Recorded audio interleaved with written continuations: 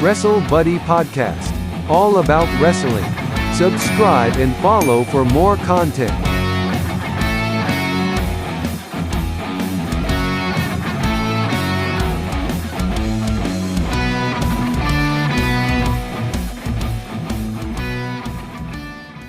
Welcome to Wrestlebuddy's podcast. I'm your host, Andy, with my co-host today, Griffin, and we are joined for an exclusive interview with Christopher Ford, who you might know as Crowbar from WCW.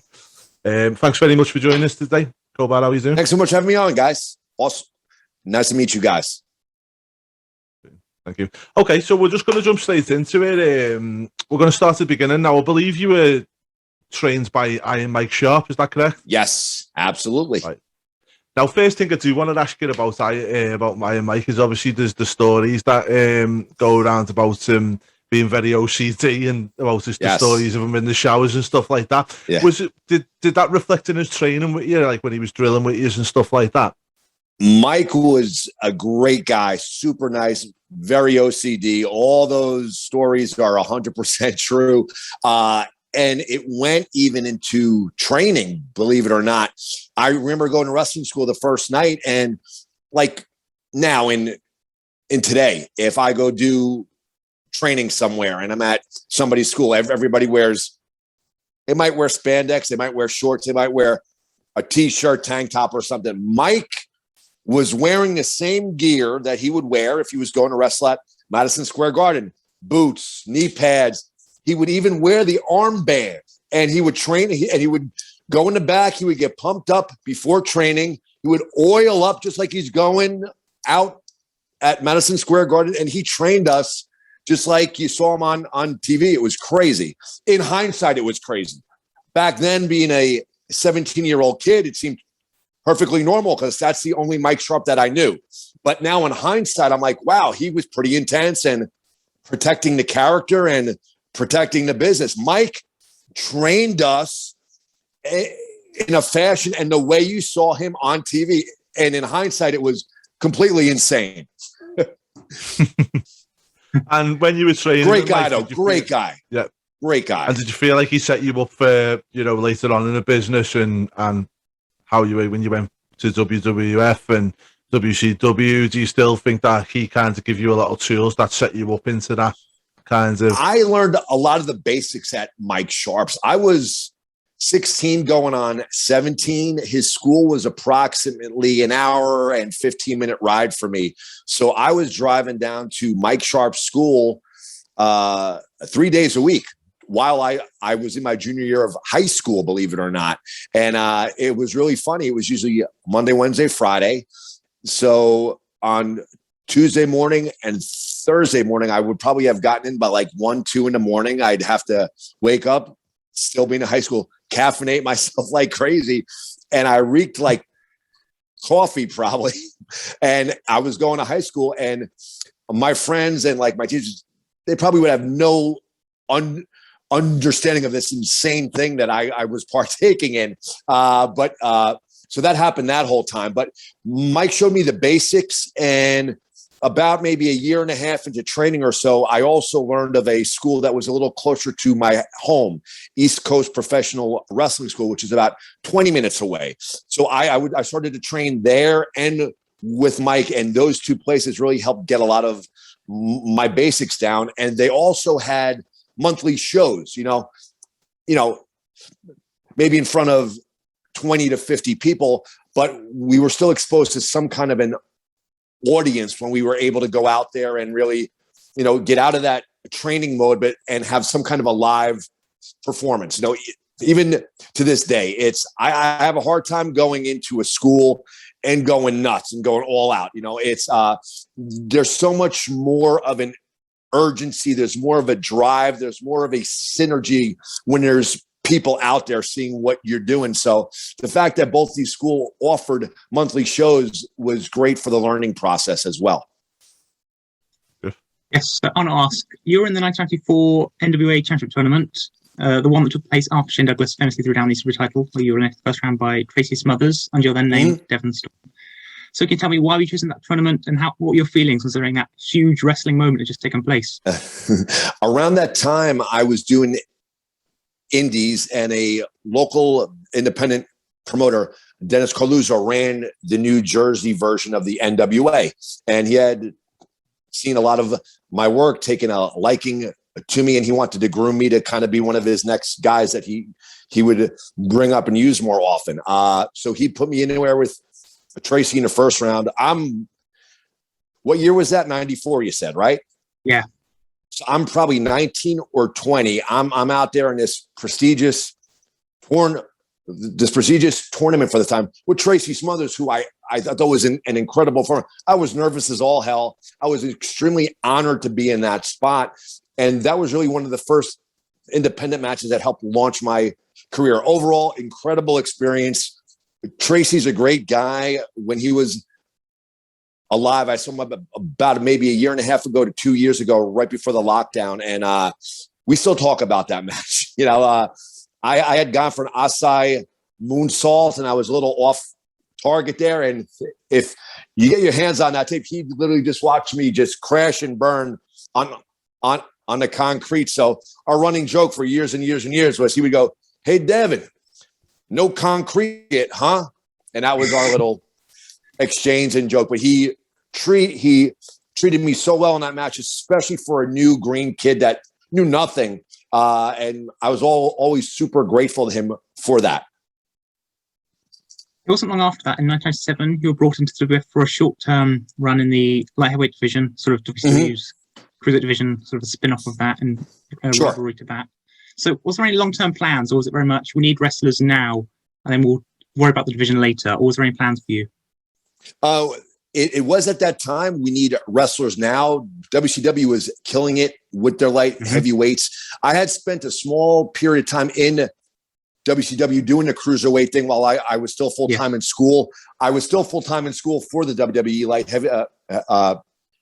heavyweight division. But at that time, WCW had the Benoits, the Guerreros, the Mysterios, the Psychosis, on and on and on. So Malenko's and all that. Yep. So I was one of the guys not signed. I had a great rapport with Jim Cornette from the Independents. He often worked with Dennis Carluzzo, the guy that gave me a match with Tracy Smothers, and later on my match with Sabu that really helped rocket me up the Independents. So Cornette brought me in for that. I had a few matches there doing light heavyweight stuff. And then for a short while, at that time, WWE had no on-the-road trainer. And I was also full-time in physical therapy school. And it was discussed back and forth for a while with Jim Ross about potentially, after I graduated, going on the road with them, being an opening match light heavyweight guy. And then after that, being the on-the-road physical therapist for them, which never materialized. So do you still keep in touch with Cornette? I haven't spoken to him in probably a year and a half. I saw him at a convention right before the pandemic. It's always great seeing him. He's done so much for me. I enjoyed working with him so much on independent shows. He at a time managed me and my partner, Ace Darling. We had the New Jersey versions of the NWA United States tag straps, and we had Jim Cornette as our manager, which we marked out completely. Jim was a legend, and to have him in our corner almost every weekend doing these shows was incredible. So I've always had a great rapport. He brought me in with the light heavyweight stuff, and like I said, I saw him at a convention right before the big lockdown with COVID, and it's always just great to see him. And I'm always immensely grateful and indebted to him for all that he's done to me. I love Jim. Yeah. And sometimes, on his podcast, I know Jim can be quite controversial. Do you think like that's him having his shoot, or do you feel like that's his real feelings towards the business nowadays? I've never hung out with Jim outside of, I've always known him just in a wrestling locker room, go out to a meal after wrestling basis. I was always, when we were affiliated with him on Independence, we were just talent marking out to have Jim Cornette in our corner. But I was always the kind of guy, and in hindsight, I never fit into the wrestling culture. I never went out a lot. I was always doing independence during school. So I would do the show. I would go back to my room. I might get a meal when the show is on. I would go back to my room and I would study and I would do my work. This was long before online classes. So I would have my wrestling bag and I have my bag of books. And so I really didn't have time to go out and socialize. So I had a great rapport with Jim. Again, I know I'm repeating myself, but it was always within in the confines of a wrestling locker room, maybe going out to eat when the show is done. But he was always great to me, and I'll always have, a great deal of gratitude for Jim Cornette. I don't know far as, yeah, go ahead. I'm sorry. Brilliant. That was okay. So in WCW, you were partnered with Daphne for quite a while. Do you still keep in contact with her, or? We do. We either call or we chat or we talk, like even with these new promos that I'm doing or memorandums, whatever you want to call them. I'll shoot something once in a while. And Shannon has an acting background. She has a great eye for wrestling and entertainment. And I trust her immensely. So I'll do it once in a while, not every time. But if I have time before I release something, or if there's something I'm not too sure about, I'll send it to her and say, what do you think of this? And we'll talk back and forth and stuff like that. So yeah, we actually speak often still. Brilliant. Okay, and in WCW, you worked with a lot of stars, Nash, Hall, Candido, just to name but a few, David Flair as well. What was your favourite match? Who was your favourite person to work with? One of my favorite matches, and I wish we did more. I really think there was so much room to do more. Also for that independent promoter in New Jersey, Dennis Carluzzo, I worked a lot with Chris Candido. I loved working with Chris. We had a great chemistry together. We've worked for him. We worked for New York promoters. There's a few matches out there if you could find them. There's one, me, Chris versus Sabu. There's one, me, Chris versus Sabu versus Hakushi. I don't know where. I would love to get these videos. If anybody's listening that has these videos, please get them to me. And we had one singles match, and I think we had a mixed tag match. And then after that, it was dropped. But I would have loved to have drawn that out and worked more with Chris. I loved just working with Sal. I've always been a huge fan of Terry Funk. Getting to wrestle Terry Funk for a title on Starrcade, which is WCW's version of WrestleMania, friggin' mind-blowing. It's not, I say this on all my interviews, it's not fashionable to say when you're a professional, when you're in the industry. I fucking love wrestling, and I'm still a huge fan of it. I watch all genres of wrestling. I fucking love wrestling. And getting to wrestle Terry Funk at Starrcade for a title, come on. It's just awesome. You know what I mean? I enjoyed working with Shane Douglas there a lot. There was one match on WCW Worldwide that I worked with Alan Funk, who would later go on to become Kiwi. That I love that match too. There's so many great matches and experiences, and my only regret is it was really before cell phone cameras were fashionable, or good rather. Not fashionable, good.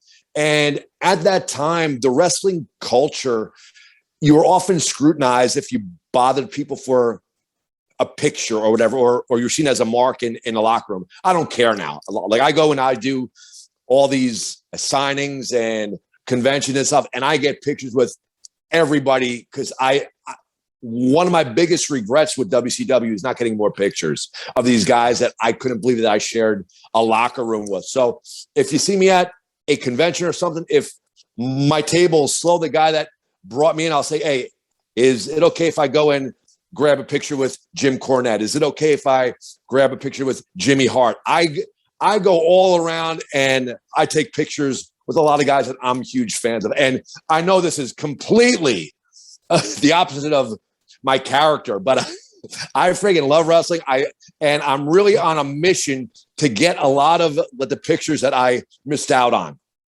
Yeah, I know, that's awesome. I mean, obviously we'd all like to be getting around and getting the picture. If you've got the opportunity, why not? Sure. I'm sure everybody within your position would want to, and it's nice to see somebody actually trying to do that type of thing. Just and the culture is way different now too. The culture is so much different now, so it's just more acceptable now. Yeah, and with regards to Terry Funk, do you still hear from Terry nowadays? Or I mean, I know he has, bless him, he hasn't been well, but it was a great honor and privilege to work with Terry, but I never broke into that personal relationship. I wish I could have, but whenever I see him, I saw him after WCW. It was always great. It was always professional, but I've never broke that wall. You know what I mean? So I know you said you worked with Candido quite a bit with Chris. God bless him. I know he's not here no more. Yeah. Did you form a relationship with Chris and Tammy, or did you not really? We, like Jim Cornette, we had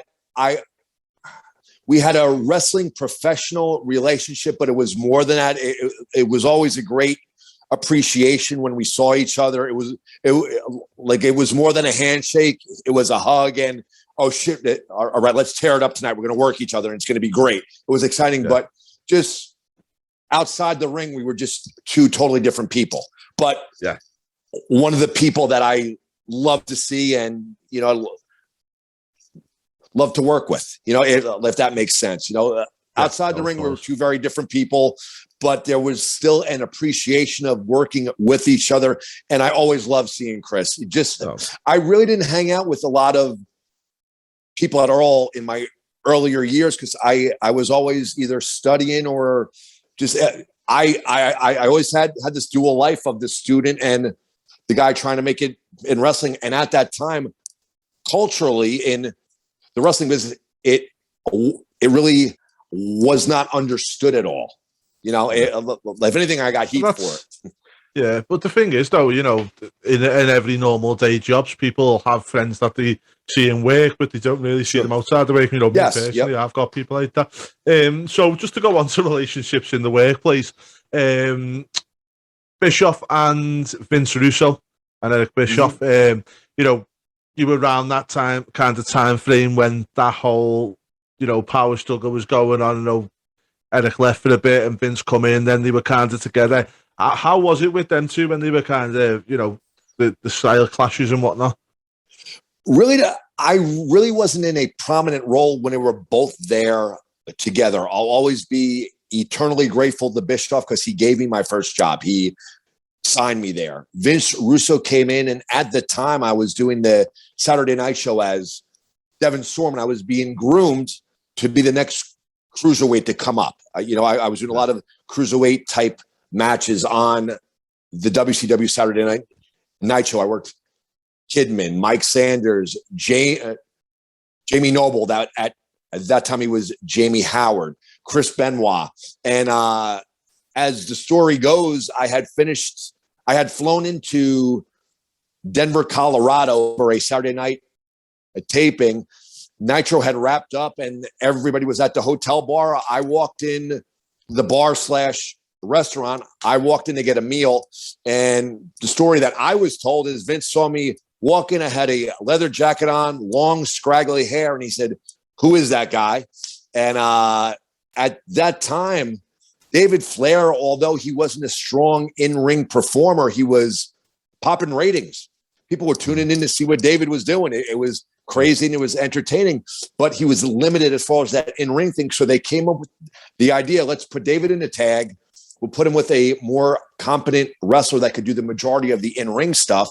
And I guess that's how it happened. And that's how I went from being Devin Storm, the cruiserweight on the Saturday Night Show, to Crowbar with a character, actually a main show character. So that too, always will be eternally grateful and appreciative to Vince Russo. And the character was a lot of fun. I often explain that the Crowbar you saw with that face and all that character is more Chris Ford than any other character I ever played. That was me having fun and still doing the moves, still doing the high spots and all. But that was just me being on Nitro and Thunder and enjoying myself and having a great time. And I was gifted with a crazy person gimmick. So personality-wise, nothing was wrong. Whatever you do, you just chalk it up. Oh, the guy's nuts. So it was a whole lot of fun. Vince gave me a lot of license to really create and do a lot of my mannerisms, my behaviors and stuff like that. So although the Crowbar character was Vince's idea, he gave me an open slate to create with it too. So eternally grateful to both, you know? Yeah. And do you still speak to David much nowadays, or? I haven't spoken. I'm trying to think. Maybe I'm guessing. Maybe 5 to 7 years ago, somebody brought me, David, and Daphne in for a signing. It was awesome to see him. It was awesome, all three of us being together. But I haven't spoken to David in a long time. I was wishing you would still speak to him, because I want to pass on for everybody in my age group the fact that you let Stacey Keebler go. You. I always say that. So I want to ask, you released from WWE just like a few weeks really before the whole thing went bust. So was there ever an interest from WWE to bring you in at all? I had several dark matches. I got to wrestle John Cena when he was the prototype in Philadelphia. Again, if anybody has that match, I would love to have it. If you're an insider in the WWE, it'll be for my own consumption to show my kids. I won't show it to anybody. If anybody in the WWE office is watching this, I would love to have that match. Dark match from Philadelphia. Thank you. Okay.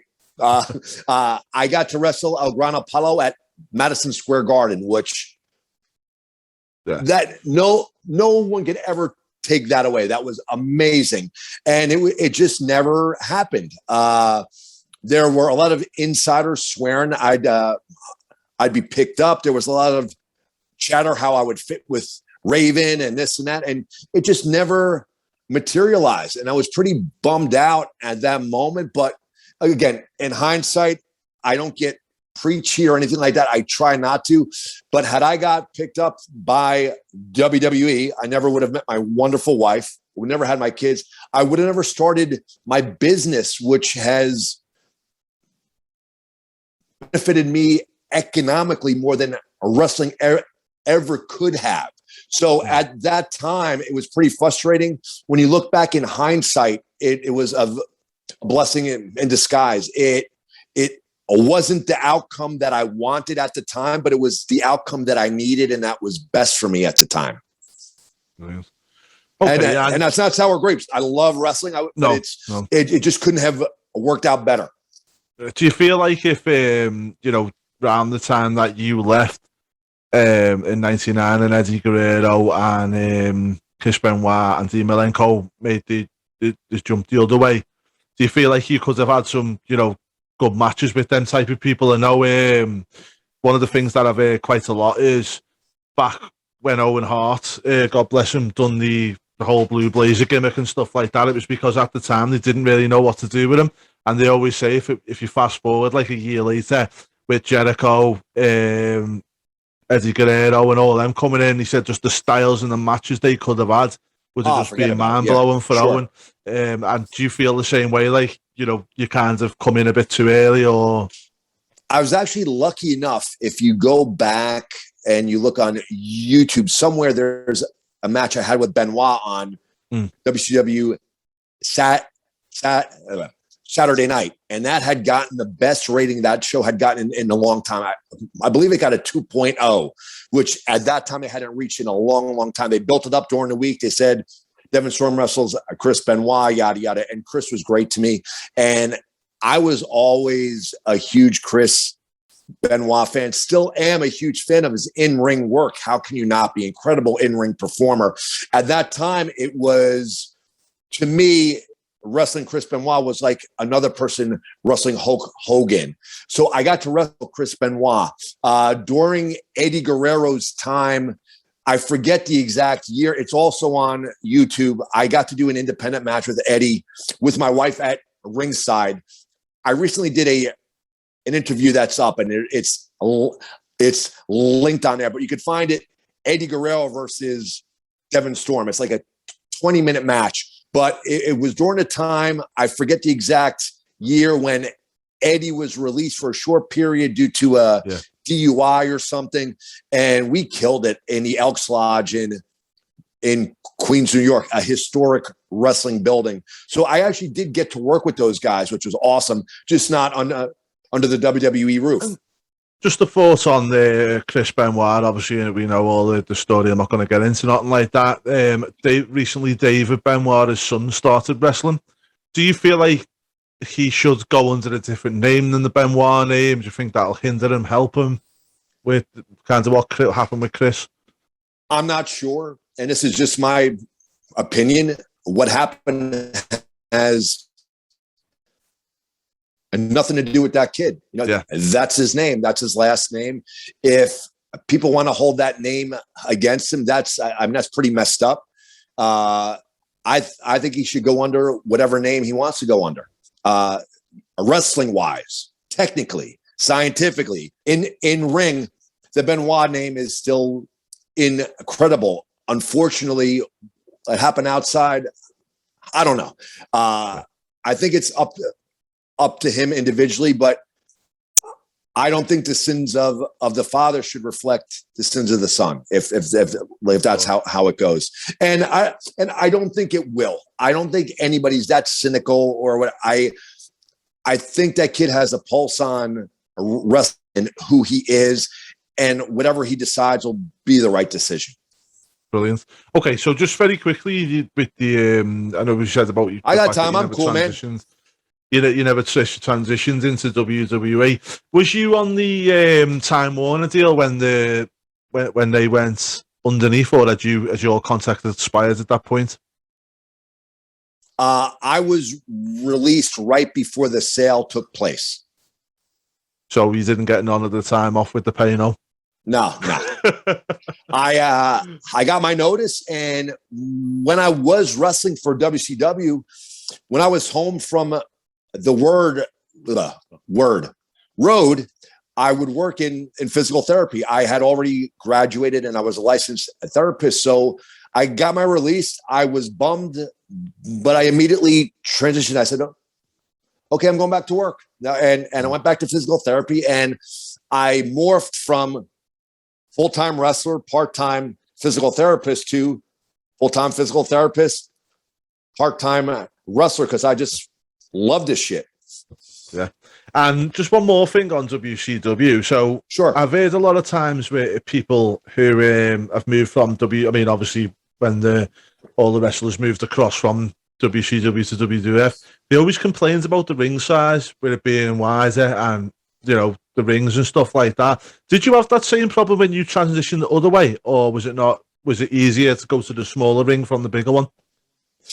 Didn't bother me. I actually liked the bigger ring better. So it didn't affect me at all. I did like the cable ropes in WCW more, being more of like a quasi high flyer guy. I wasn't a huge fan of the ropes in WWE, but the bigger ring I actually liked more, believe it or not. It gave you more space to work in. I don't know if you were watching at the time, but say if you had considered going to WWE, do you think the booking of people like Booker T and DDP, world champions of WWE, in their booking WWE, do you think that turned you off, or do you think you still would have wanted to go over there? Say again. I'm sorry. Can you repeat, please? Yeah. So I don't know if you were watching WWF at the time, but a lot of the WCW world champions like Booker T and DDP jumped over. So if you thought about going to WWE, would you decide to go even if that booking was still there? This is rough, and this is not your typical answer from a wrestler. It's not being snarky. I was blessed to have a secondary career, the physical therapy and all that. I never got involved with everybody else was doing, how they were being booked, this, that, the other thing. Every second at that level, granted, you're flying out, you're staying in the hotel, this and that.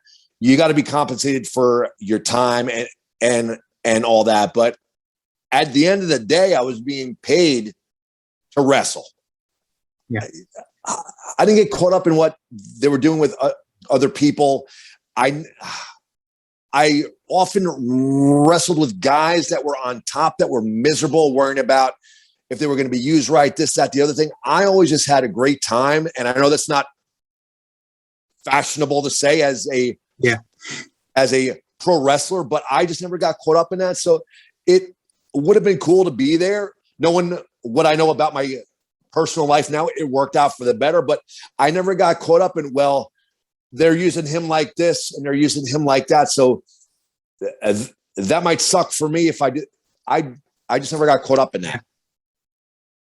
But that's why, to be honest, it sounds like when you're telling your stories on the whole experience in wrestling, it seems like it was a very, very positive experience for you based on that, because you didn't spend time worrying or nothing. And I just enjoyed the ride, man. Therapy. Yeah. Yeah. But, dude, I just enjoyed the ride, dude. And even now, I own a business, not being snarky at all, blessed with a successful business. It's mine. I have a great crew there that works for me.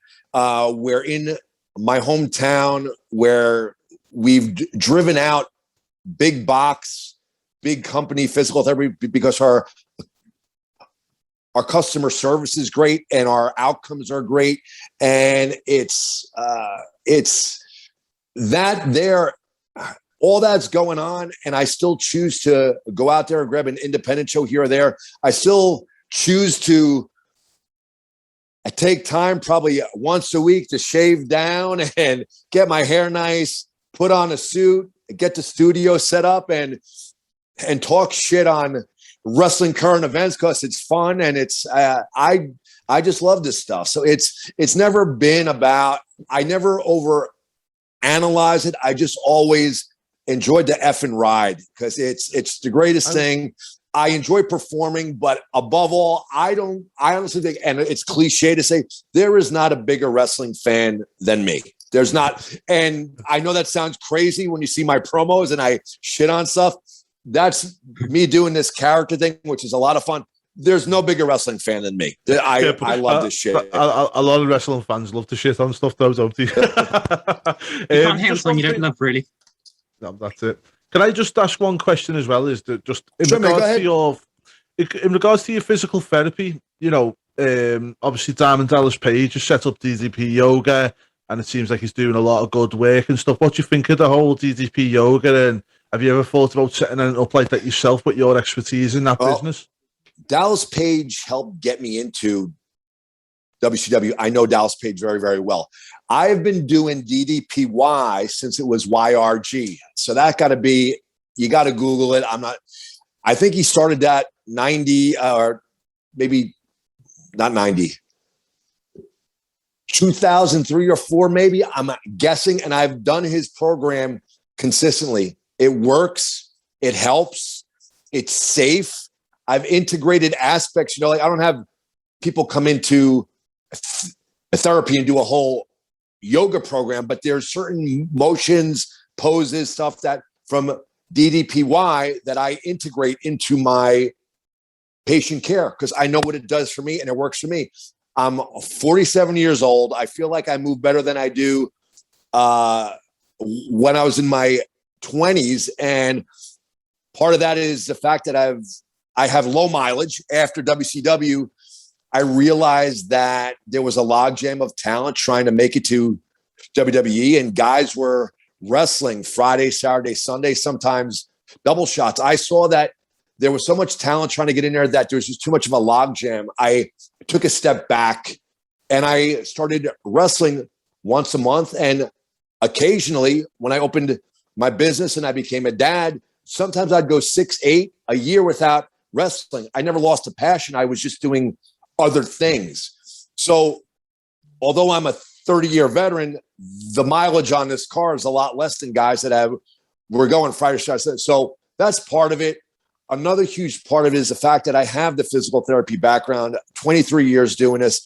Often when guys get hurt when they're wrestling and they know fitness, but they don't know orthopedics or medicine or physical medicine, and they'll try to treat it themselves and sometimes make it worse or not avoid things that they should avoid. So injuries progress and get worse and worse and worse. I'm usually able to nip mine right in the bud so that they don't get worse and worse. And then going back, so it's those two things, but also a gigantic part of me being able to do what I'm able to still do is DDPY, DDP Yoga. I do it regularly. It works. It's safe. It's relaxing.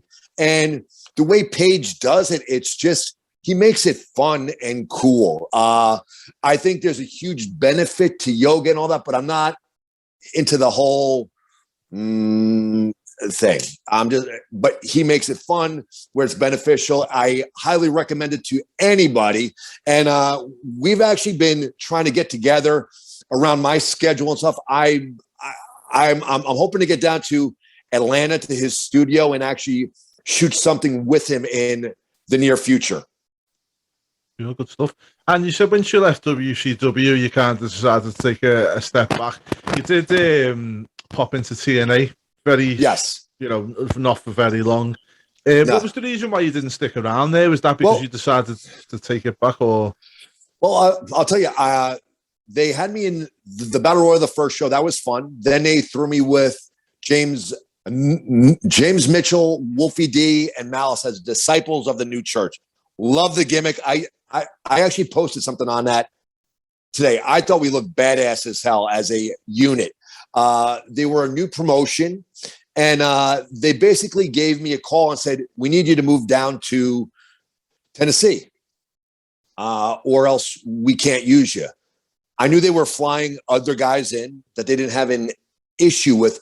That told me that I really wasn't a priority or that I was expendable. I still very much loved that gimmick. I thought there was a lot of potential there. I thought I could do something with that. However, at the time, I had just got married, just bought a house, just got a job as the administrator for a company called Health South, big physical therapy company, and I was set up here. I would still be able to get out to do the pay-per-views, but I had an incredible job up here. I had just purchased a home and I got married, and everything about it, I was excited about the new promotion. I loved the way we looked, but I had to say no. And I did not want to, believe me, I didn't want to at all. But again, I had purchased a house, got a great job as an admin for this big physical therapy company, gotten married, and the fact that they were flying others in but didn't want to fly me just showed me that my time there or me being there wasn't as valued as other people. So why uproot my entire life and move there? Yeah. So and what did you think of the 8-sided ring? What did you think of the different rings? Did you wrestle in the... Never got to work in the 8-sided ring. No. Right. No. Okay, and you did stop back there again in 2013 for a shoot, didn't you? That Hard Tens tournament. No. It was in Battle Royal, Hardcore Battle Royal or something. And that was fun. I had flown in with Little Guido, good friend of mine. We got to work in that Battle Royal. We left, and then we went to Universal Studios and hit the parks all day. It was awesome. It was a lot of fun. Brilliant. So one thing I want to ask is, more recently you've wrestled in Ring of Honor. This is kind of like a hostile question, but why then, and why that company at that point?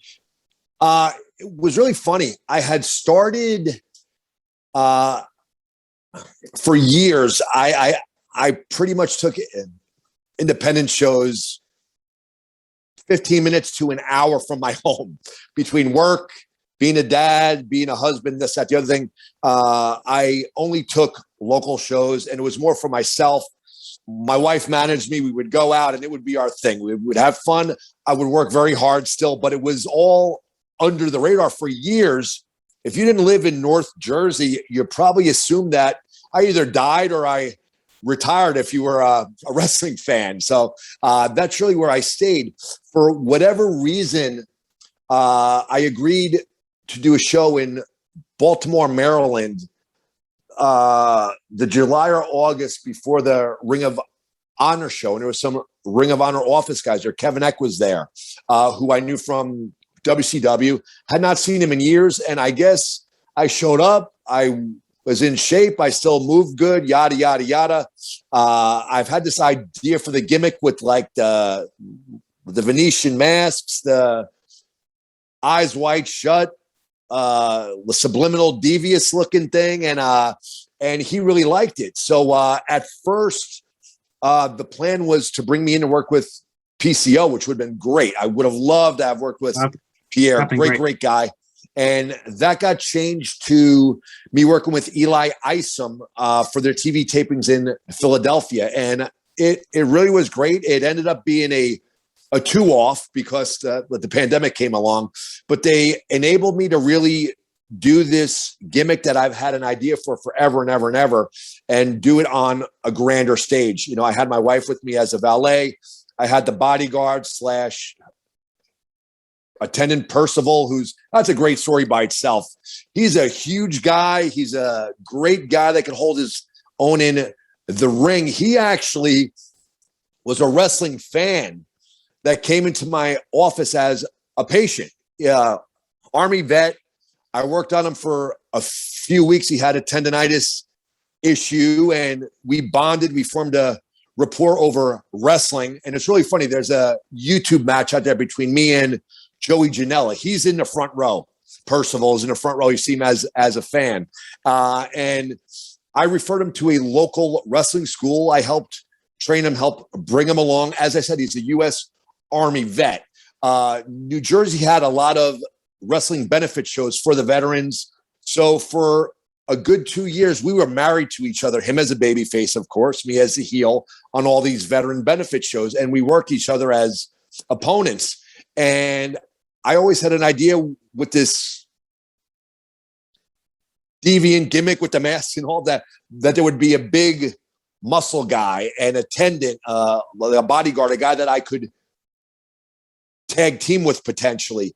And he just had a great look. And so we got him the gear, we got him the vest and the half mask. And if you've seen the pictures, he looks menacing. He looks like a dangerous dude.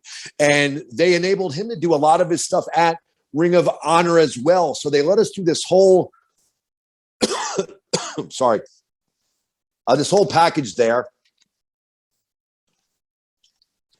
We were able to do a match that was what I say modernly acceptable. You know, you got your high spots and your strikes and all that. You got your dives, but we still we integrated a lot of old school stuff, the interference on the outside, somebody pulling a leg, somebody distracting the referee. So I think we successfully mixed old with new school. And that's really what I'm trying to do. And then in January or February, they had free enterprise, that Royal Rumble type match. And then the pandemic hit. Yeah. So have you got plans to go back to Ring of Honor? Not right now. I do not. No. You know, there's always been some discussion, but no concrete dates yet. No. And I know during the pandemic, they paid a lot of the wrestlers and stuff like that, which is really, really, it's always a story that stuck with me because I just think it was such a good thing to do, especially with WWE releasing a lot of talent. What do you think about paying wrestlers during the pandemic? You see that? What do you think? What type of company they are? Yeah. If they could do it, that's great. Yeah, Lucas. What am I going to say? It was terrible. No, it was great if they could do that. Sorry, I mean, like, you know, is that why you like have a working relationship with them because you feel like they're just a good company who you can kind of have a good relationship with? They showed an interest in what I had, and they enabled me to really artistically express what I could do. That happened well before the pandemic, but the fact that they did that for the wrestlers during the pandemic, you know, hats off to them. That's great. Yeah, brilliant. And what's your plans going forward? Obviously, you know, we say you've got no plans with Ring of Honor, but have you got any plans for more indie shows or obviously with your business as well and plans to bridge out in? There's several indie shows and signings coming up. This whole timeless interview thing was an experiment during COVID. COVID hit, and all of a sudden, my options to do independent shows, which I've said before in this interview, I love wrestling. It's my outlet. I enjoy it. Stripped from me, taken away. Still doing okay financially. My business was open. We were essential. We were healthcare, so that's not an issue. But something that I loved doing was stripped away. So based on the characters that I've had over the years, I was never a promo guy. I was never a guy that would do interviews. They were few, far, and in between. So I was playing around with this, this mask thing, deviant, well-to-do kind of guy. For years, we've had ideas for this, and we've kind of done it on some fashion on independence for years, on like the small New Jersey independents. So the pandemic hits, and I need an outlet for pro wrestling. I need to do something because I'm not wrestling and I'm going nuts. So I said, let me explore my promo side. And I wasn't sure how I would do it. And there were several conversations in my pool with Danny Doring and Roadkill and Guido, all guys that live locally. And they would always say, you should just be you if you were a prick. They all joke with me. They go, you don't need this shit, but for whatever reason, you're addicted to it. You like doing it. What if you somehow amplified your life and were a dick about it instead of being nice Chris Ford? And I started thinking about this. So I never really did the whole social media thing. I opened up Twitter on 2017 and I never did anything. I just had no time. It's between work and family. I did mainly Facebook stuff because I had a lot of local Facebook friends. So it was mostly family stuff and stuff with my business. And that was the amount of time I had to spend on social media. Ring of Honor came up. A few people recommended that I get back into the Twitter more. And I quickly learned that Twitter is a weird and could be a disgusting place.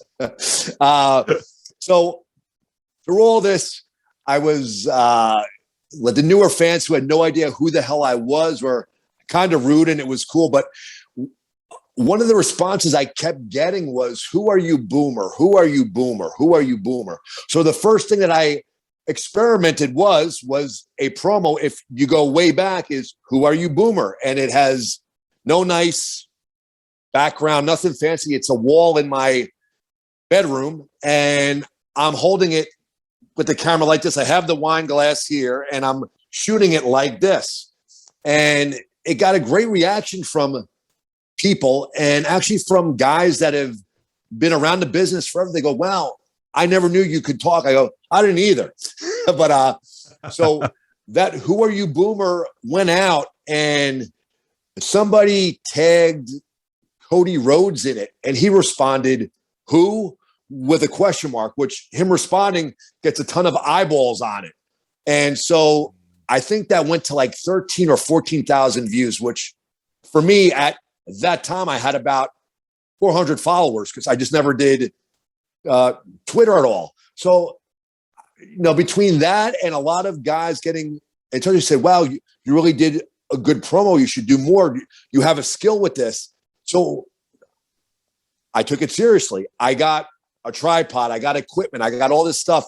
And then each week, or almost each week, if there was something going on in wrestling, I would commentate on common events. The first two were more around me, or the first three were more around me personally, who I am, where I've been, yada, yada, yada.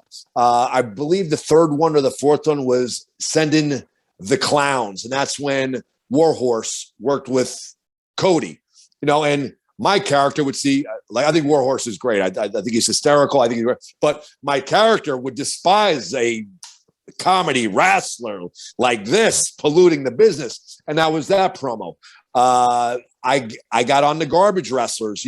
I don't begrudge anybody that watches the death matches. I love a good hardcore match. I like more of a technical hardcore match. But my character would be disgusted with this light tube, trash bag, horse shit. And each one became a commentary on wrestling goings on. I covered the, what was that WWE thing they were doing, that underground, the underground it was called, right? Oh, yeah. Yeah, Raw Underground. So it was often on controversial or current events.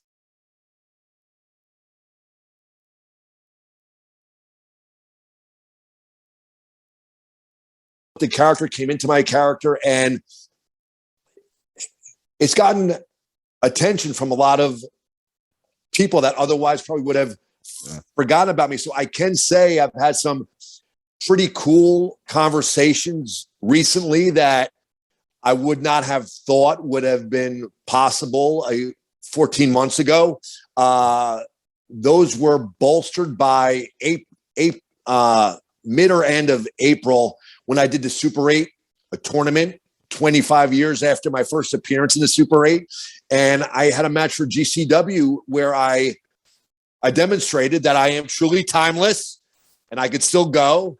And through those events and through the promos, 2021, if I totally did not have on my scorecard the conversations that I thought I'd be having right now. I'm not at liberty to say I just can't. And I know that's a real douche thing to do. I can't. But there's some cool stuff coming. And it all came as a result of me missing wrestling, doing one promo, Cody commenting on it and getting eyeballs on it. So this whole crazy elitist character would never happen if it wasn't for Cody Rhodes. And where can they get? Obviously, you say watch it from start to finish. Just for the people who are watching, where can they go and find this content? If you go to my Twitter page at WCW Crowbar, there's a second page in the title, the bio blurb. It says for full-length videos in order. You go to @TimelessV or something like that. You'll see it there. There's an address and all it is on there is just a video. There's no daily comments, nothing. You could scroll through.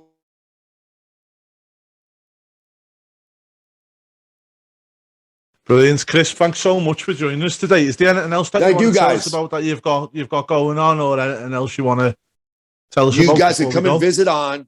You guys can come visit on at WCW Crowbar. Real busy schedule, but I have finally signed all my stuff for Pro Wrestling Tees. I have not had time to do a t-shirt yet, but I am getting prepared to do the video service.